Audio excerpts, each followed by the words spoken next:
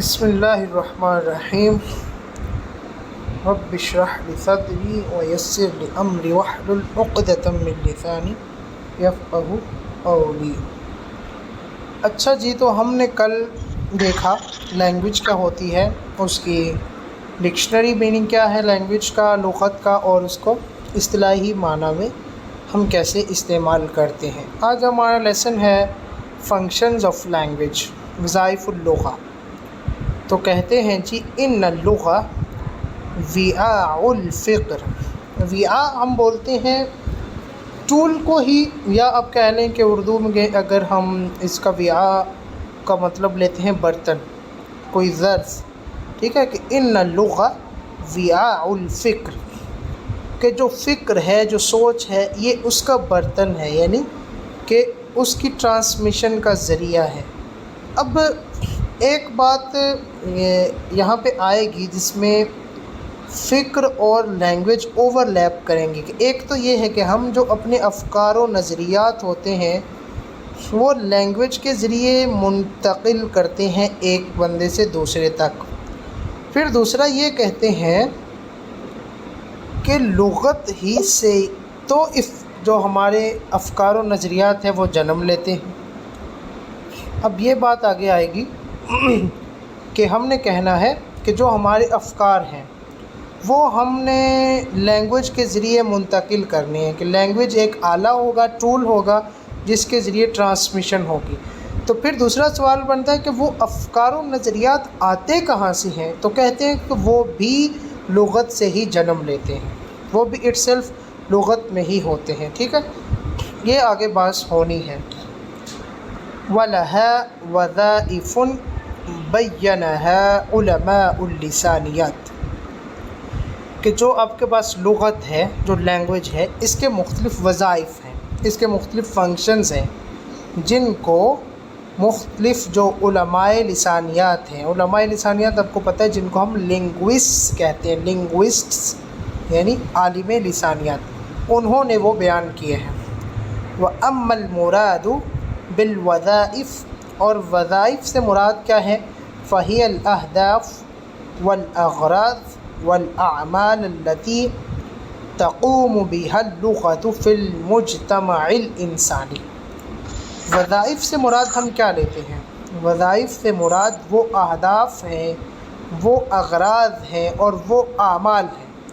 یہ سینونیمز ہیں، ہم معنی الفاظ ہیں، کہ وہ اہداف، وہ اغراض، وہ اعمال التی تقوم بها اللغہ، جو لغت کے ساتھ قائم ہوتے ہیں، یا لغت جن کے ساتھ قائم ہوتی ہے، فی المجتمع الانسانی، انسانی معاشرے میں، کہ انسانی جو سوسائٹی ہے اس میں لینگویج کے ساتھ جو اہداف، اغراض اور اعمال قائم ہوتے ہیں، جو اس کے ساتھ جڑے ہوتے ہیں، جو اس نے ادا کرنے ہی ہوتے ہیں، وظائف سے مراد ہم یہ سب کچھ لیتے ہیں۔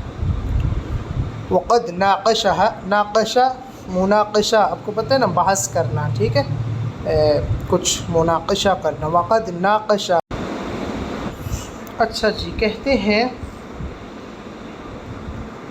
وقد ناقشہ العلماء والباحثون فی اللغہ والاجتماعیات بتفصیل وعمق، کہ مناقشہ کیا ہے، بحث کی ہے علماء نے اور باحثون یعنی ریسرچرز نے، فی اللغہ والاجتماعیات، کون سے علماء اور کون سے ریسرچرز کہ جو لینگویج پڑھنے والے یا پڑھانے والے ہیں، اور اجتماعیات یعنی کہ سماجیات کے، جس کو ہم سوشولوجی بولتے ہیں، معاشرے کے، کہ جو سوشولوجی کے اور لینگویج کے علماء اور ریسرچرز ہیں، انہوں نے بڑی تفصیل اور گہرائی کے ساتھ اس میں بحث کی ہے۔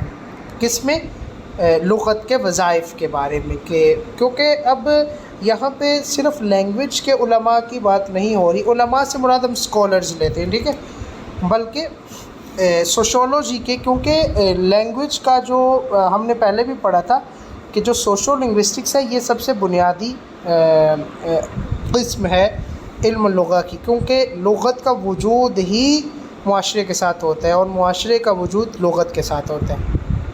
وقدموا مجموعات مختلفة لهذه الوظائف، انہوں نے مختلف جو ہیں وہ وظائف پیش کیے ہیں کہ یہ وظائف بنتے ہیں لغت کے. ومن اہمها التعبیر عن الفکر البشری، جو سب سے اہم لغت کا وظیفہ ہے، لینگویج کا فنکشن ہے، وہ کیا ہے؟ التعبیر عن الفکر البشری، کہ انسانی جو فکر ہے، انسان کی جو سوچ ہے اس کا اظہار، کہ انسان جو کچھ سوچتا ہے، جو کچھ عمل تفکیر کرتا ہے، اس کے اظہار کے لیے اسے لینگویج کی ضرورت پڑتی ہے. اور یہی جو لینگویج کام سر انجام دیتی ہے. تو ان سارے کاموں میں سب سے اہم کیا ہے کہ انسان کی جو فکر و تدبر ہے اس کو عملی شکل دینا، اس کو اظہار کی شکل دینا. سواء، اور یہ برابر ہے کہ کیا نا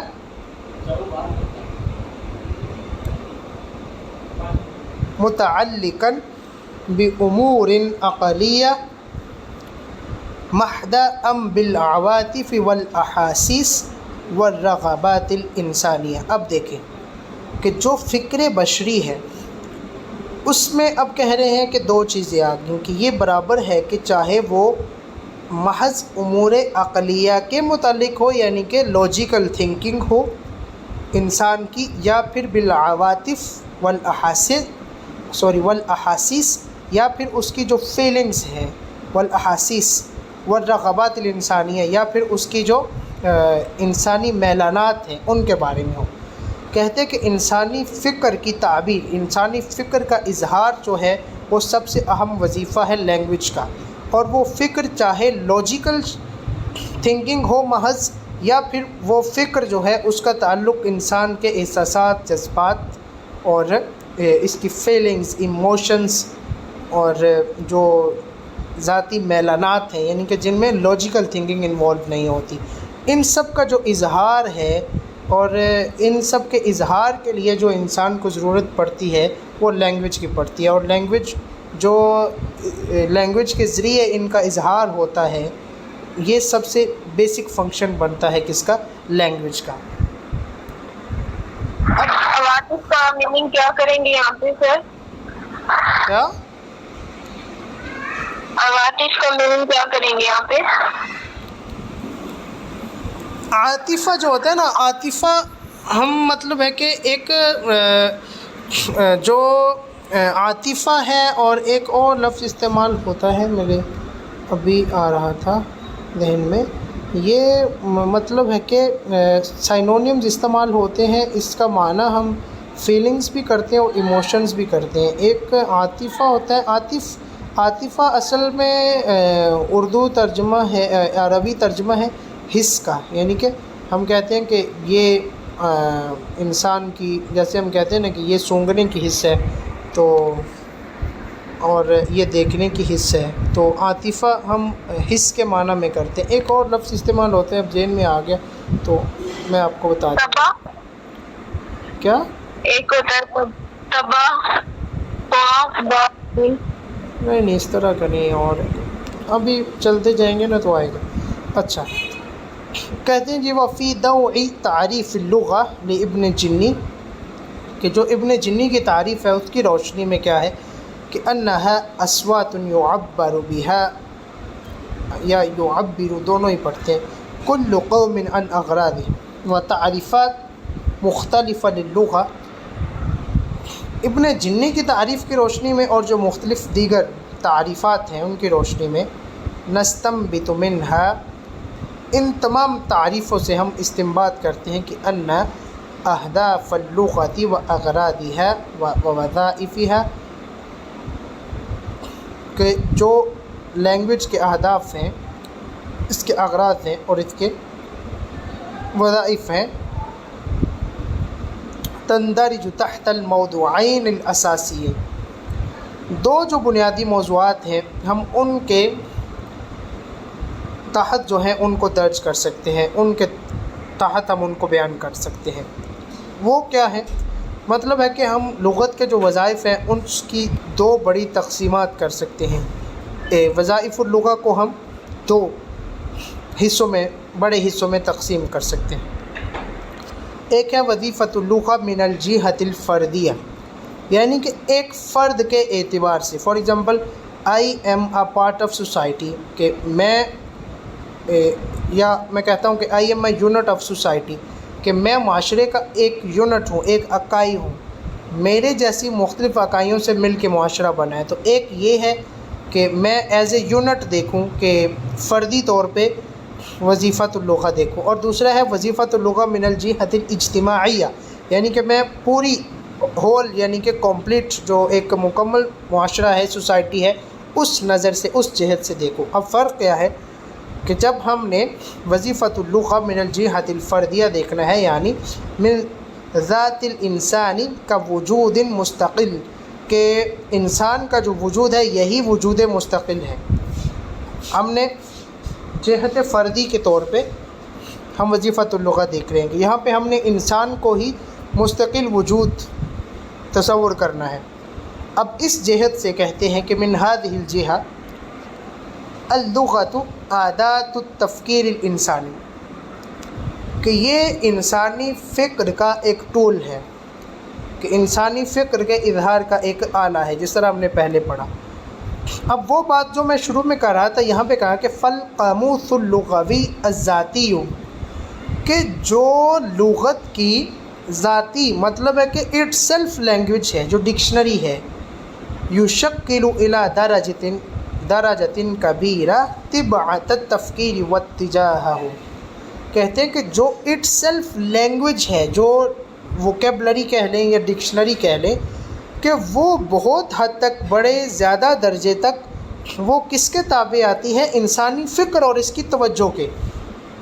اس کا مطلب کیا ہے کہ ہم نے کہا وظیفۃ اللغہ من الجہۃ الفردیہ، کہ ایک فرد کی جہت سے، ایک انسان کی جہت سے لینگویج کا وظیفہ یہ ہے کہ یہ اس کی فکر کا اظہار کرتی ہے، کہ اگر لینگویج نہ ہوتی تو ایک انسان اپنی فکر جو ہے اس کا اظہار نہیں کر سکتا تھا. تو کہتے ہیں کہ بھائی دوسری طرف یہ بھی تو دیکھو کہ جو لینگویج ہے یہ بھی تو انسانی فکر کا ہی نتیجہ ہے. لینگویج کیسے وجود میں آ گئی ہے؟ لینگویج بھی تو انسانی فکر سے ہی تو نکلی ہے، کہ انسان نے ہی تفکر کیا ہے کہ میرے سامنے یہ چیز ہے، میں نے اس کے لیے ایک باقاعدہ لفظ وضع کرنا ہے، میں نے اس کے لیے فلاں لفظ وضع کرنا ہے، اس شے کو میں نے اس کی طرف اشارہ کرنے کے لیے، اس کو آواز دینے کے لیے فلاں لفظ جو ہے ان کا استعمال کرنا ہے. تو اسی طرح ذخیرہ الفاظ انسان نے کریٹ کیے ہیں اور ان سے مل کے ووکیبلریز بنی ہیں، اور وہ ووکیبلریز نے مختلف لغات کی، مختلف ڈکشنریز کی شکل میں اب ہمارے پاس موجود ہیں. تو کیا مطلب ہے کہ جیسے language is a tool of communication, کہ لینگویج کے بغیر آپ ٹرانسمیشن آف یور تھاٹس نہیں کر سکتے، کہ آپ کے جو افکار و نظریات ہیں آپ ان کی ٹرانسفارمیشن نہیں کر سکتے، آپ ان کا انتقال نہیں کر سکتے. اسی طرح دوسری طرف دیکھیں تو یہ جو لینگویج ہے یہ بھی تو انسانی افکار و نظریات کا ہی نتیجہ ہے اور انہی کا ہی مجموعہ ہے. اس بات کی امید ہے آپ کو سمجھ آ گئی ہوگی.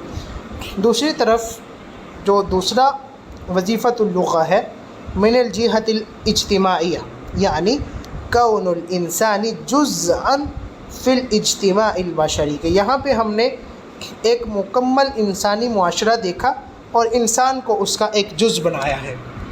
تو اس جہت سے اللغہ، کہ جو لغت ہے، تفید فی نقل الافکار والمشاعر، یہ ہے نا مشاعر ہم کہتے ہیں بھائی، مشاعر یہ بھی ہم فیلنگز اور ایموشنز کو کہتے ہیں، اسی طرح عواطف بھی.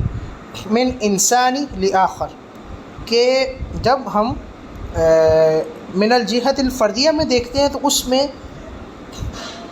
ایک انسان کے افکار کی ٹرانسمیشن ہے، اور یہاں پہ یہ ہمیں فائدہ دیتی ہے ایک نقل الافکار والمشاعر من انسان لآخر، کہ ایک انسان کے افکار اور اس کے جذبات و احساسات ایک انسان سے دوسرے انسان تک، یعنی پورے معاشرے میں، کہ پورے معاشرے کے جتنے انسان ہیں ان کے افکار و نظریات اور ان کے احساسات و جذبات ایک سے دوسرے تک جو ٹرانسمیشن ہوتی ہے، اس کا فائدہ ہمیں کس سے ملتا ہے؟ لغت سے. کہ اگر لغت نہ ہوتی تو ہمیں یہ فائدہ سوری یہ ہمارا عمل جو ہے یہ مکمل نہیں ہو سکتا تھا۔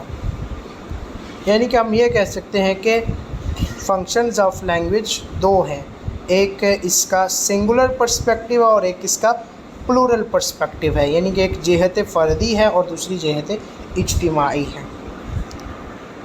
اتنی سمجھ آئی آپ کو؟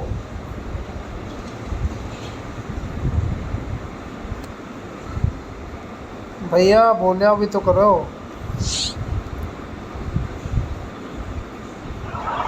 جی سر آ گئی الحمدللہ۔ باقی لوگ بھی تو بولے نا، اور کون کون ہے؟ جی سر آ گئی سمجھ میں، وہ نا نوٹس اوپن ہوتے ہیں تو بیک آنا پڑتا ہے، اس لیے پھر لیٹ رپلائی کرتے ہیں۔ اچھا یہ بھی صحیح ہے۔